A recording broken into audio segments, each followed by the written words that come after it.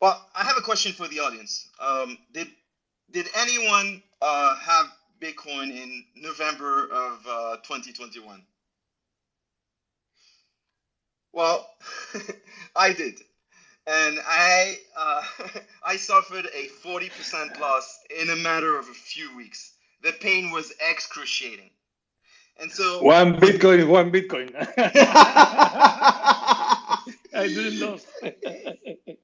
And so, but long story short, if you think this is uncommon, you're wrong.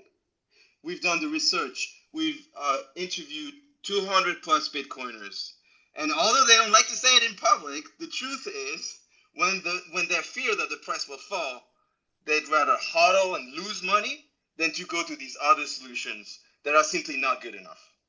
So Uasu is an easy way to protect against Bitcoin losses. And the best part is you don't need to surrender custody of your funds.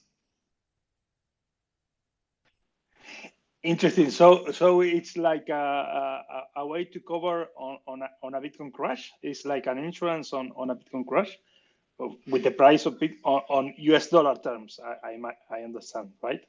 That's a great question, Manny. So the payoff, so yes, the price is followed in US term, but we're building on layer one, so the payoff is in Bitcoin. So how does it work? Let's say you have, I don't know, 50 grand worth of Bitcoin in your wallet right now, and you want to avoid these big dips. Well, here you go. It's 3 steps. You open up Wasu, you connect your wallet, you select the amount of Bitcoin you want to protect against and the duration you want it to be protected, and then you review the terms and you sign, and you're done. So during the duration of your contract, if there's a black swan, a 20% dip, or any Tuesdays in Bitcoin world,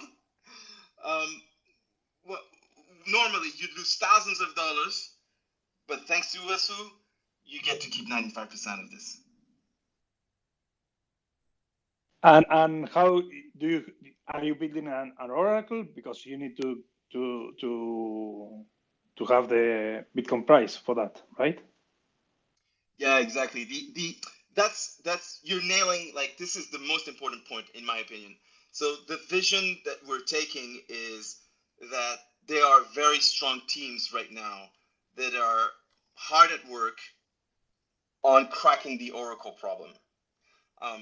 So just to answer your question, so we're using basically like objective third parties for the oracle. So there's a few teams working on this, but we strongly believe that with all the innovation that has been going on with ordinals, indexes, and so on, there is a play, an infrastructure play that is actually at play that will render the oracle problem a thing of the past, and in a way it will become really, really robust. So the moment is right now, in a way. Well, if you can pull the information from Rostock, there is a good oracle running there. I don't want to shield it. Yeah, absolutely, 100%.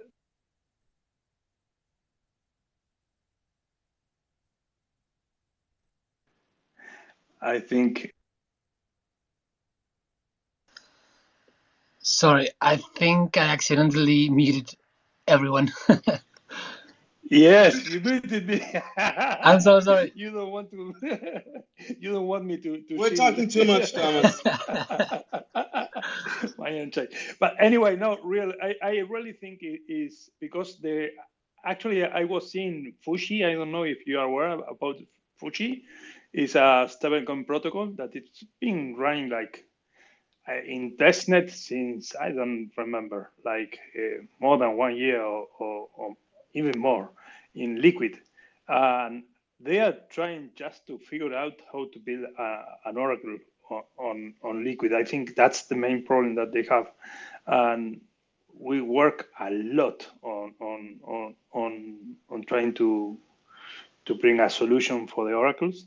Of course, it's on Rostock, but I'm sure that there's a way to pull that information I'm not sure. Obviously, Misha, who is the technical guy, should tell us how. But anyway, it would be, I imagine it would be very costly to run an Oracle on Bitcoin mining. Yeah, so there's actually, I'm glad you said that. Sorry, I was disconnecting there for a bit. Yeah, the Oracle problem is definitely something that everyone in the Bitcoin community is trying to solve, but at the same time, it's something that, like us as a team, we feel very comfortable letting the infrastructure develop in the ecosystem and everyone come forth with their solutions. And we feel that we can adopt the solution that we feel the most comfortable with as well. So if we would trust it with our Bitcoin, then we would trust Uasu with them as well. And one of the things that's very great about being concentrated on layer one right now is that we're not tied or agnostic to a certain chain. So whether we get our Oracle from Stacks, whether we get an Oracle from Rootstock, whether we get other oracles or other attestation methods, that doesn't matter to us as long as the solution is as decentralized as possible. And the beauty of using DLCs is that even if the Oracle infrastructure collapses, or even if we disappear, then at the moment of expiration, the funds are released and are be able to claim by the person that locked their Bitcoin. So we're still building a solution that is decentralized enough for the fail-safes to occur and for the Bitcoin to not stay locked and not stay dependent upon us or upon a third party. So whoever locked their Bitcoin can go and they can claim it. So that's something we feel very comfortable with. And thankfully, we see it developing much further into the future. And I'm sure everyone that's in this space sees this potential as well. We see the growth in the ecosystem and we see the want and the need for this solution. We feel the need to build the financial tool, and we know that the